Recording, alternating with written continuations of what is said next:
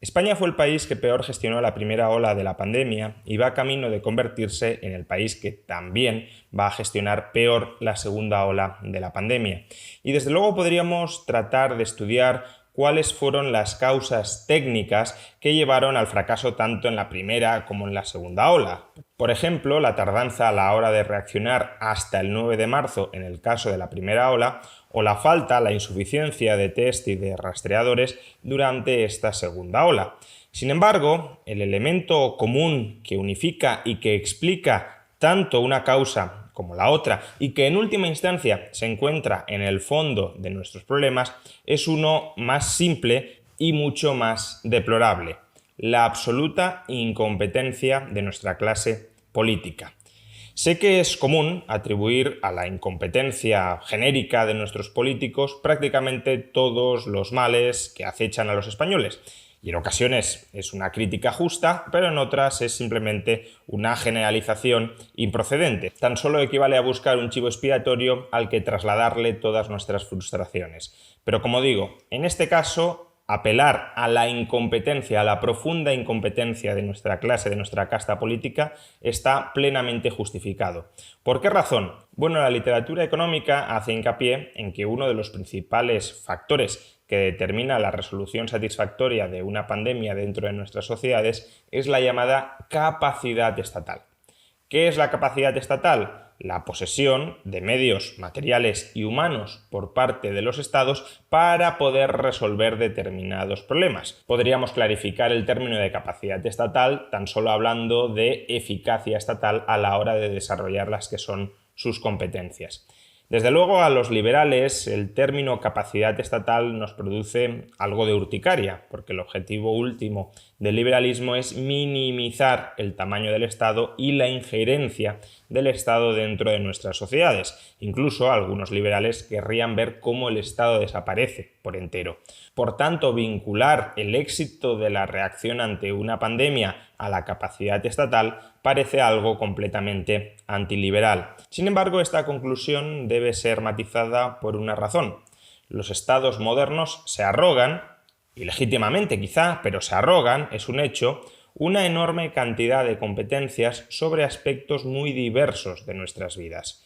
Y muchas de esas competencias se las arrogan con carácter monopolístico, es decir, solo ellos pueden desempeñar competencias, funciones en ese ámbito. Si eso es así y algunas de esas funciones son cruciales para que la sociedad pueda funcionar correctamente, entonces, desde luego, el Estado, que se arroga un monopolio sobre esas funciones cruciales para el funcionamiento de la sociedad, deberá al menos ejercer esas funciones que se arroga monopolísticamente de manera eficaz.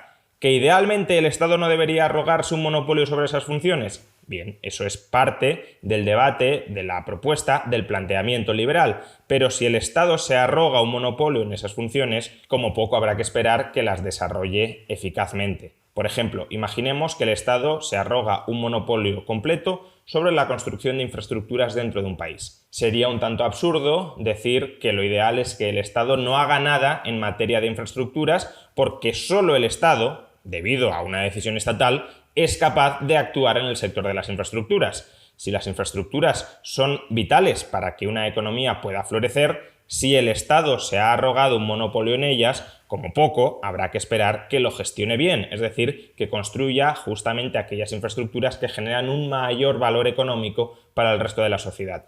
¿Que sería preferible que el Estado no tuviera un monopolio en materia de infraestructuras y que por tanto el sector privado pudiese localizar las oportunidades de ganancia, es decir, aquellas infraestructuras que son relativamente más valiosas? Sí, pero mientras eso no suceda, el monopolio que se arroga el Estado en materia de infraestructuras tendrá que ejercerlo adecuadamente. Y lo mismo con la salud pública. No estamos hablando de la sanidad pública, sino de la salud pública. Es decir, la gestión del conjunto de externalidades positivas y negativas que terminan determinando el grado de salud, de salubridad de una sociedad, de una comunidad. Dentro de la salud pública entra el capítulo de lucha contra las pandemias. Y el Estado, como digo, se arroga un monopolio sobre la salud pública y también sobre la gestión de las pandemias. Por tanto, dado que no se permite que el sector privado, que comunidades privadas de propietarios adopten determinadas medidas, por ejemplo, solo el Estado puede decretar una cuarentena sobre una determinada zona de una ciudad, entonces habrá que esperar que el Estado ejerza esas competencias con eficacia para combatir la pandemia. ¿Y qué significa eficacia? Ser capaz de derrotar a la pandemia. Si además de eficaz es eficiente, es decir, derrota a la pandemia con el menor quebranto para los ciudadanos, entonces es que ejerce sus competencias de manera óptima. No solo es eficaz, sino que minimiza los costes de ser eficaz. Pues bien, como he dicho, para que un Estado tenga capacidad a la hora de ejercer las funciones que se arroga monopolísticamente, ese Estado ha de tener medios materiales y humanos. Los estados modernos tienen sobradamente medios materiales. Más del 40% del PIB, en algunos casos más del 50% del PIB, pasa por las manos de los estados modernos. Es decir, que un estado moderno puede destinar prácticamente la mitad de la economía a perseguir los fines que crea conveniente perseguir. Es un poder, desde luego, terrorífico, porque subordina toda la sociedad al imperium estatal, pero es un poder que pone de manifiesto que falta de medios materiales, desde luego, no tienen. Distinto es el caso de los medios humanos, del capital humano, de las cabezas pensantes. Evidentemente, para poder utilizar con algo de eficacia todos esos recursos masivos de que disponen los estados, cerca del 50% del PIB, se necesitan políticos y burócratas que tengan algo de formación a la hora de ser capaz de utilizarlos correctamente. Que incluso los políticos y los burócratas más inteligentes, con el mayor de los conocimientos, van a terminar dilapidando muchísimos de esos recursos, porque ningún ser humano en la Tierra es capaz de gestionar la totalidad de los mismos en condiciones de eficiencia, es cierto. Pero si el conjunto de la clase política es incompetente, no es ya que se vayan a utilizar los recursos de manera ineficiente, sino que además también se usarán los recursos de manera ineficaz. Es decir, que en muchos casos los políticos, pese a manejar el 50% del PIB, ni siquiera serán capaces de alcanzar algunos de los objetivos prioritarios y más importantes de aquellos que se arrogan con carácter monopolístico. Y en el caso de la lucha contra la pandemia en España nos encontramos exactamente en esa posición. En los últimos días hemos podido escuchar dos declaraciones de dos partidos políticos distintos, del Partido Popular y del Partido Socialista, que acreditan, que demuestran hasta qué punto nuestra clase política es profundísimamente incompetente a la hora de hacer frente a esta pandemia. Empecemos por la primera de estas declaraciones, a cargo de Isabel Díaz Ayuso, presidenta de la Comunidad de Madrid. En su encuentro de ayer con el presidente del gobierno, Pedro Sánchez, Díaz Ayuso declaró lo siguiente. Todos pensaban que la pandemia iba a durar lo que iba a durar, que se ha acabado el verano. Pero es que vamos a estar hasta el año 2020. Habéis escuchado bien. Según Díaz Ayuso, todo el mundo creía que la pandemia ya había desaparecido después del verano. Esta declaración lo que pone de manifiesto es que el Gobierno Regional de Madrid no ha hecho absolutamente nada desde el fin del estado de alarma para contrarrestar los rebrotes de la pandemia, es decir, no ha hecho nada en materia de test o en materia de rastreadores, que eran las dos herramientas fundamentales para conseguir normalizar el funcionamiento de la economía con garantías sanitarias para todos. No ha hecho nada en esa materia porque creía que la pandemia ya se había terminado sola, que no era un problema del que tuviese que ocuparse la administración pública, pese a que tiene competencias monopolísticas en materia de salud pública, porque el virus ya se había esfumado solo, ya habíamos obtenido o inmunidad de grupo o simplemente es que con el buen tiempo el virus iba a morir definitivamente e iba a desaparecer. No sé muy bien quién le dijo a Díaz Ayuso que la pandemia después del verano ya iba a desaparecer, pero desde luego es un caso de negligencia clarísima por parte de la administración pública. Díaz Ayuso acumuló cierto capital político durante la primera ola porque fue de las primeras dirigentes a la hora de reclamar alguna reacción ante el alud de contagios que estábamos viviendo durante los primeros días de marzo. Sin embargo, ese capital político lo ha dilapidado enteramente durante las últimas semanas con la pésima gestión que ha realizado de la segunda ola. Pésima gestión porque no ha invertido suficientemente en rastreadores y como consecuencia de la infrainversión en rastreadores, como consecuencia de su desentendimiento con la prevención de los contagios en esta pandemia, ahora Díaz Ayuso se ve abocada a empezar a cerrar la economía con el perjuicio que ello supone. Y claro, descubrir que Díaz Ayuso y su gobierno no han hecho nada porque creían que el virus ya no estaba entre nosotros, ya había desaparecido, ya se había extinguido, es descorazonador, es verdaderamente lamentable, es deplorable que tengamos políticos tan incompetentes gestionando la salud pública. No se informaron en lo más mínimo sobre cuáles podían ser los escenarios de futuro en lo relativo a la evolución del virus. Porque evidentemente una posibilidad es que hubiésemos alcanzado la inmunidad de grupo. No voy a decir que esa posibilidad tuviese una probabilidad del 0%, pero desde luego considerar que esa era necesariamente la única posibilidad a la que nos enfrentamos es de una imprudencia titánica.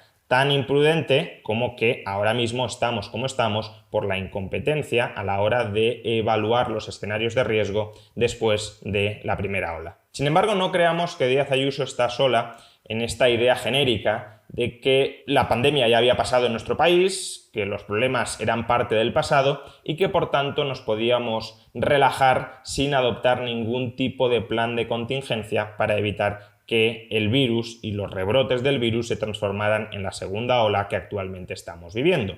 Recordemos cómo el presidente Sánchez, nada más terminar el estado de alarma, cantó victoria imprudentemente y animó a los españoles a que salieran a las calles a disfrutar de la nueva normalidad.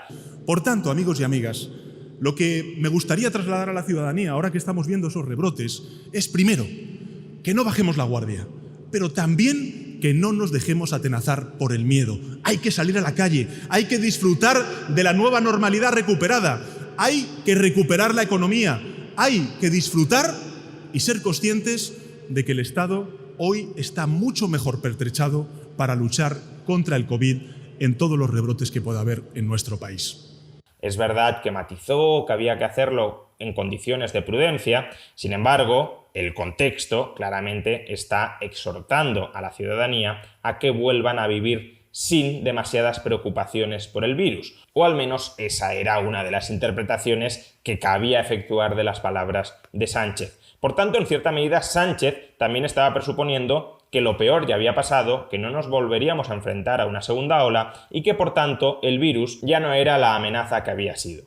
Pero uno podría pensar, bueno, una cosa es lo que diga Sánchez y otra lo que haga Sánchez. Quizá sus palabras intentaban tranquilizar a la población después del shock que había supuesto la primera ola, pero en realidad el gobierno de Sánchez sí estaba trabajando intensamente para evitar que se produjera una segunda ola. Pero hoy hemos descubierto que tampoco. El gobierno de Sánchez hizo exactamente lo mismo que el gobierno de Díaz Ayuso, es decir, quedarse de brazos cruzados desde que terminó el estado de alarma. Ayer contábamos aquí en la SER que el comité científico que formaba parte de ese comité que les asesoraba, que asesoraba al gobierno, desde el mes de julio no se reúne. El comité científico ha sido una fuente de asesoramiento permanente para el gobierno y en las próximas fechas lo vamos a volver a reunir para recabar su opinión. Pero usted me confirma que está desactivado desde el mes de julio. No, desactivado no se ha desactivado el comité científico. Pero ustedes no le consultan. Yo personalmente no me he reunido con ellos en los últimos meses desde que dejamos hasta el mes de julio.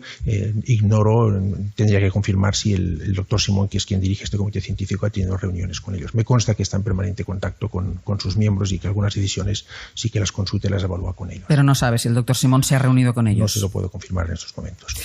Hemos podido escuchar al ministro de Sanidad, Salvador Illa, reconocer que desde el mes de julio el comité de expertos, el comité técnico que asesora al gobierno en las medidas que ha de adoptar para hacer frente a esta pandemia, no se ha vuelto a reunir, que no han estado en contacto con el comité de expertos en los últimos 2 meses, que todas las decisiones que se han adoptado desde las administraciones públicas en lo relativo a la reacción, a la lucha contra la pandemia, son decisiones que se han adoptado sin el aval técnico, sin ningún aval científico cualificado. Y entre esas decisiones incluyo una decisión crítica y tremendamente irresponsable, como ha sido la obligación, no la posibilidad, sino la obligación de todos los padres de llevar a sus hijos a la escuela, pese a que la pandemia, sobre todo en algunas zonas de España, está abiertamente descontrolada. Desde el gobierno se nos dijo que llevar a nuestros hijos a las escuelas era algo completamente seguro. La escuela, en este momento, tal y como se está preparando, es mucho más segura que otros ámbitos a los cuales se pueda llevar, otros ámbitos de socialización a los cuales se pueda llevar o conducir al alumno. Que en ningún sitio iban a estar más seguros que en la escuela. Esos mensajes, que fueron acompañados con la amenaza de que la Fiscalía iba a intervenir contra aquellos padres que no llevaran a sus hijos a las escuelas, esas declaraciones no estaban avaladas por ningún comité de expertos. Fueron declaraciones que este gobierno se sacó de la manga para tratar de conseguir el propósito que quería conseguir, que era que los niños fueran a los colegios sí o sí, a pesar de la situación epidemiológica de este país. Recordemos que la Organización Mundial de la Salud recomienda encarecidamente no reabrir los colegios si los contagios por millón de habitantes superan los 200 en los últimos 14 días. Pues bien, la mayor parte de España está superando los 200 casos. El conjunto de España supera los 200 casos. Y en Madrid hay distritos que superan los 1000 casos. Pues bien, pese a ello, el gobierno insistió en que teníamos que llevar a nuestros hijos a las escuelas, nos amenazó con la Fiscalía si osábamos desafiar sus decisiones, y ahora resulta que todo este programa de enviar forzosamente a los niños a las escuelas porque las escuelas supuestamente eran espacios seguros, era una decisión no avalada por ningún técnico, no avalada por ningún experto. ¿Cómo es posible que si España está sometida ya a una devastadora segunda ola, el gobierno no haya reunido a su comité de expertos para asesorarse sobre cuál es la situación en la que estamos y sobre cuáles son las distintas alternativas que podemos adoptar? Pues porque el gobierno de España es también profundamente incompetente. Hace dejación absoluta de sus funciones y por tanto nos deja absolutamente desprotegidos frente a la pandemia. En definitiva, no es casualidad que España fuera tanto el peor país en la primera ola como que probablemente terminemos siendo el peor país en la segunda ola. La causa común que comparten ambos escenarios, ser los peores en la primera ola y ser los peores en la segunda ola, es la incompetencia de nuestra clase política a absolutamente todos los niveles. Nuestros políticos tienen muchísimo más poder del que son capaces medianamente de manejar. Tienen todo el enorme y brutal poder estatal a su servicio y, sin embargo, como vemos, unos presuponen que la pandemia ya ha desaparecido y los otros probablemente presupongan lo mismo, pero no lo dicen y en todo caso actúan como si la pandemia ya hubiese desaparecido. Son políticos que no están absolutamente capacitados para ejercer el enorme poder que tiene el Estado. Y por tanto, de esa incompetencia deriva la desastrosa situación actual en la que nos encontramos. Así que, en términos generales, ya no solo con respecto a esta pandemia, una de dos.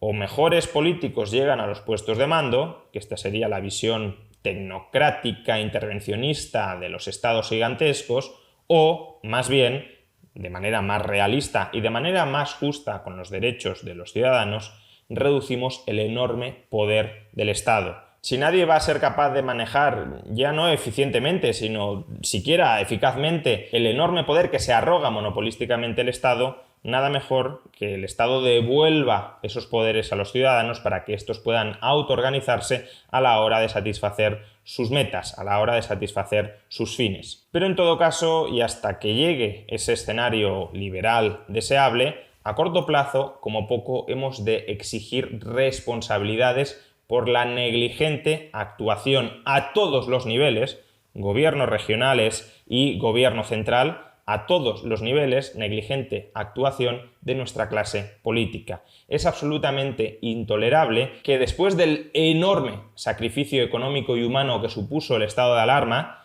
nuestros políticos hayan dilapidado completamente ese esfuerzo y volvamos a estar en una situación epidemiológica totalmente descontrolada.